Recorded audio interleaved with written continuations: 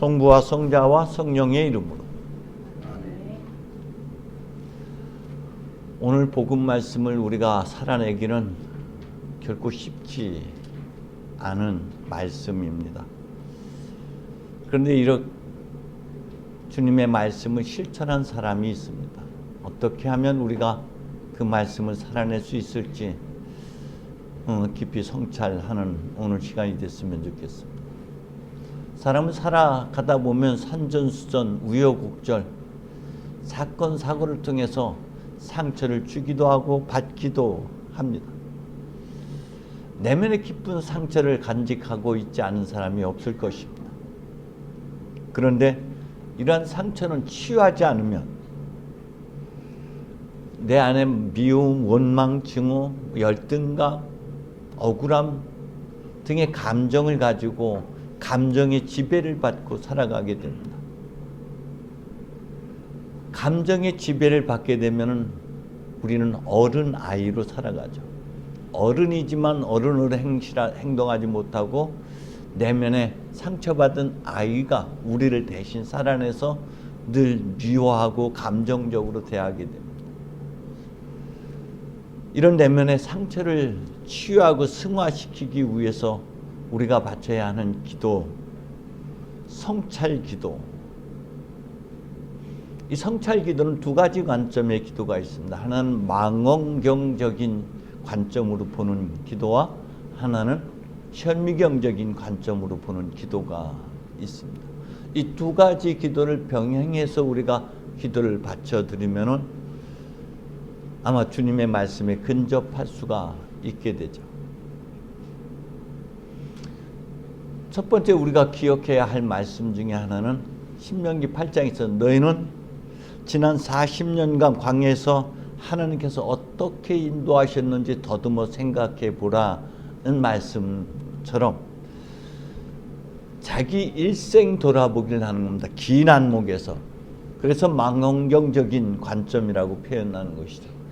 자기 일생 돌아보기를 통해서 하나님께서 나를 어떻게 이끌어 주셨는지, 하나님이 이 여정 속에서는 하나님이 없어 하나님께서 계시다면 날 이렇게까지 내버려 둘 수는 없을 거야 하며 등등의 수많은 원망과 불평도 있고 깊은 아픔도 있지만은 성찰의 여정을 통해서 그때도 하나님이 거기 계셨고 하나님께서 그런 사랑으로 나를 이끌어 주셨고 그런 아픔과 수치와 고통을 통해서 나를 당신의 모습으로 빚어내어 주셨다라고, 그래서 빵이 아닌 말씀으로 사랑하는 존재로 나를 빚어가시는 손길임을 고백하게 됩니다.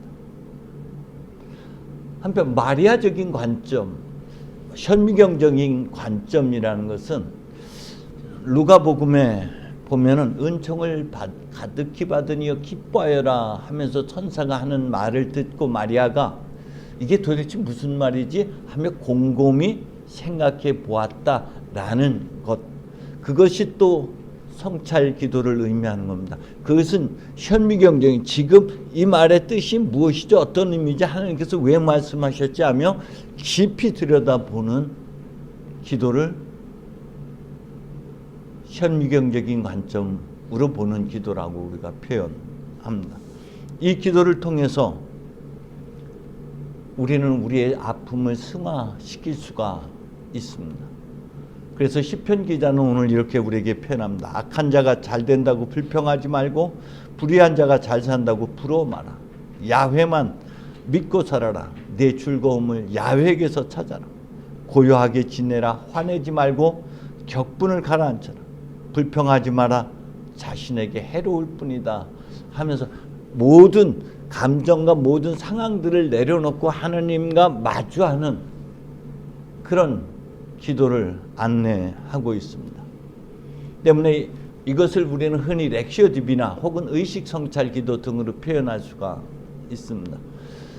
먼저는 바른 자세를 가지고 호흡을 통해서 내 감정을 내려놓는 작업을 하는 겁니다. 깊은 들숨과 날숨을 통해서 내 마음의 평안함을 얻고, 그리고 말씀 단어 하나가 걸려드는 붙잡은 이 말씀을 가지고 계속 되뇌인, 되뇌이다 보면은 살아있는 하나님의 말씀은 이것을 내 아픔, 상처와 터치를 시키게 되죠. 그래서 깊은 침묵 속에서 호흡을 통해서 마음의 평화를 감정으로부터 벗어나서 평정심을 찾게 되고, 그리고 말씀을 되뇌이는 과정을 통해서 기도로 몰입해서 들어가게 되는 것이죠.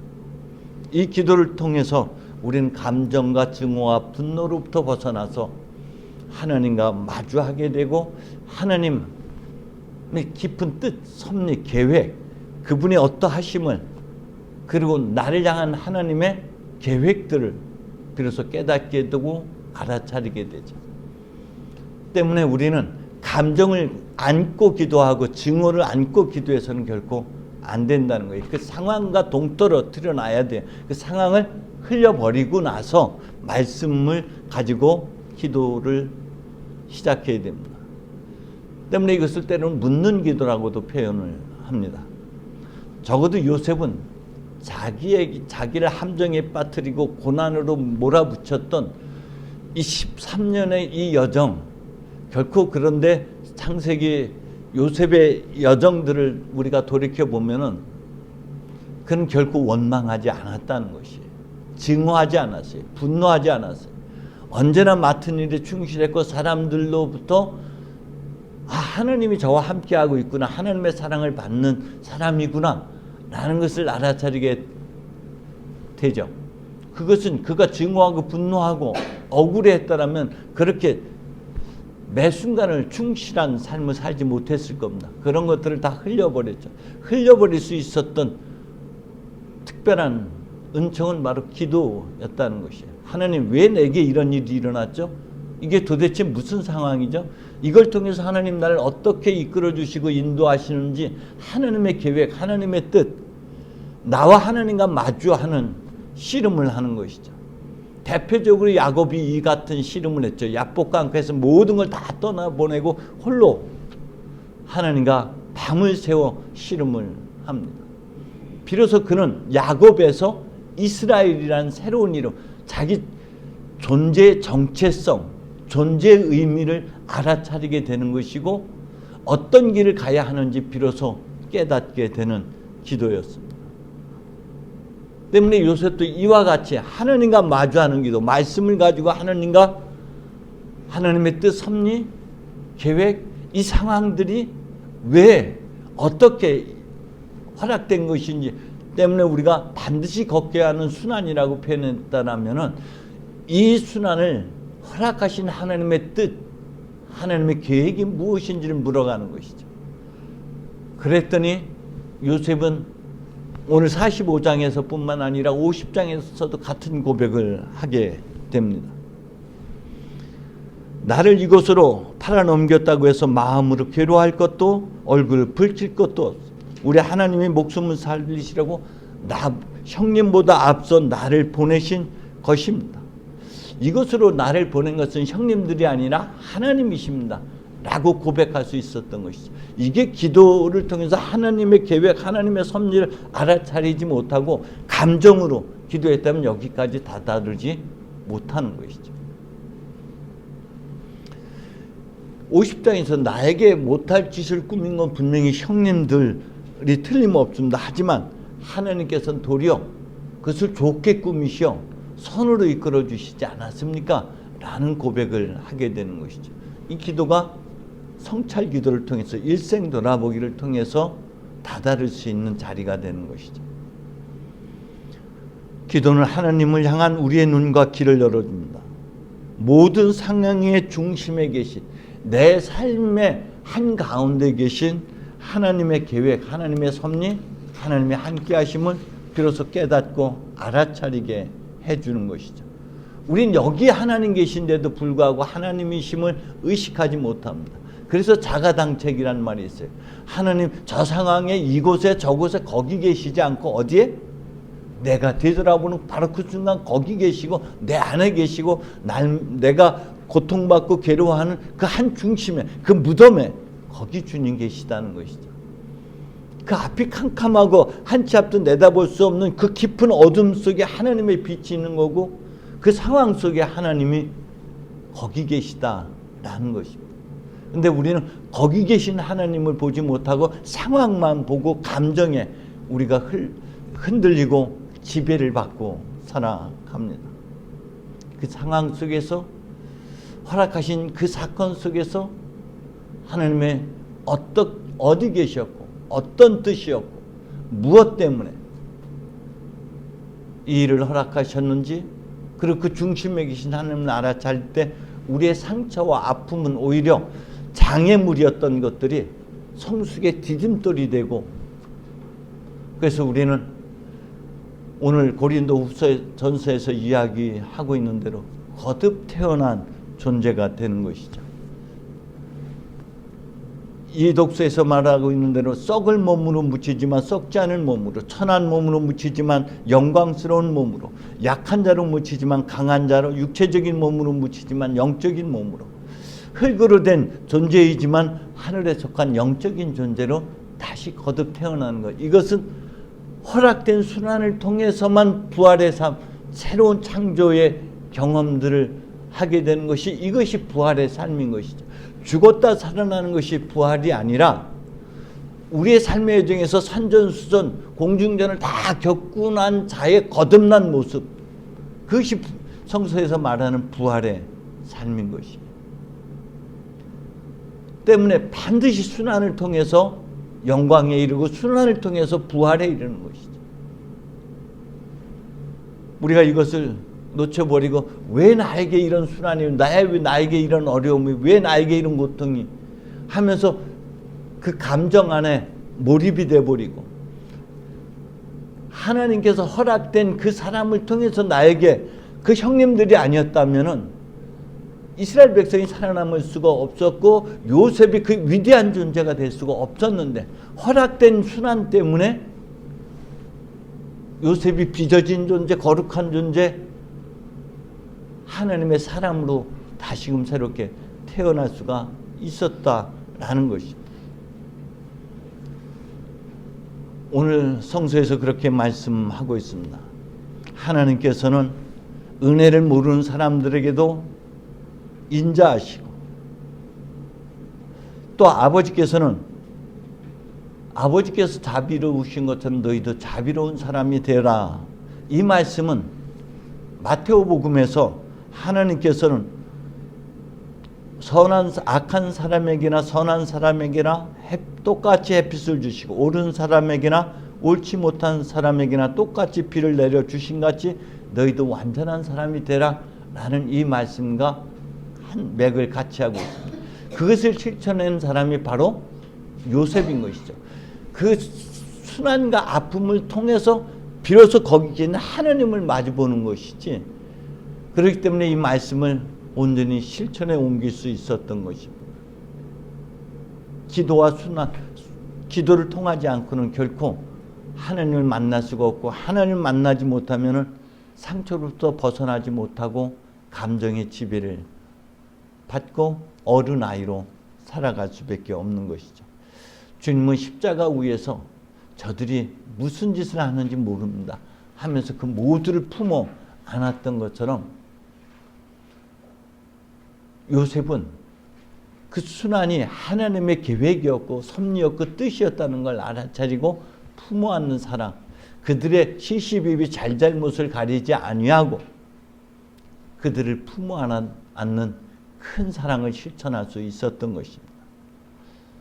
이것이 긴 망영직 관점에서 봤을 때 우리의 기도는 이렇게까지 승화될 수 있다는 것을 말씀하고 안내하고 있는 것이고, 한편으로는 오늘 복음 말씀의 시작에서 너희 내 말을 듣는 사람들아 잘 들어라, 듣는 사람들아 잘 들어라 라고 말씀하고 있죠. 다른 표현으로는 들을 귀가 있는 사람들은 알아들어라, 귀 있는 사람은 성령께서 하시는 말씀을 들어라 하는 말씀과 같은 맥락을 갖고 있는 거예요. 근데 이 들을 귀는 고난받는 중에 셋째 노래에서 들을 귀를 열어주시고 배우는 마음으로 들을 귀를 열어주시고 격려할 수 있는 말을 담아주시는 것은 순환을 통해서라는 것이에요. 근데 그 순환의 여정에서 거기 계신 하나님을 마주하지 못하고는 이게 억울함으로 남아있는 것이고, 거기 계신 하나님을 만난 사람만이 다시금 요셉처럼 들을 귀가 있고 격려할 수 있는 그런 위대한 사람이 되게 해주신다는 겁니다. 한편 성서에서 특히 사도 바울의 표현을 들어본다면 우리 안에는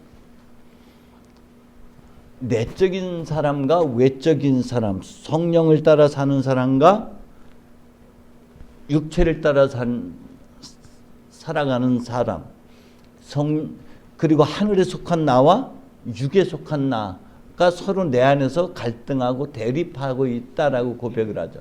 그래서 바울은 로마서 7장에서 그렇게 표현하죠. 나는 내가 해야겠다고 생각하는 선은 행하지 못하고 해서는 안 되겠다라고 생각하는 악을 행하고 있으니 난 참 비참한 인간이다 라고 고백을 합니다. 내가 선을 행하려 할 때마다 그것을 가로막고 있는 어둠, 그것을 가로막고 있는 악, 그것은 밖에 있지 않습니다. 내 내면 안에 있는 육체에 속한 거짓 자아가, 상처받은 내가 나를 가로막고 있죠. 선을 행하고자 할 때마다 나를 무시하고 억압하고 학대하고 저주하고 판단하고 하는 그 나는 밖에 있는 내가 아니라 내면 안에 있는 내 안의 어둠들, 내 안에 상처받은 내가 나를 공격하고 나를 비참하게 만드는 것이지, 이게 아까 말씀드렸던 대로 현미경적인 관점에서 나를 성찰하고 돌아보는 기도예요. 하나님, 이 상황 속에서 이것이 무엇이죠? 그래서 밖으로 향했던 눈을 어디로?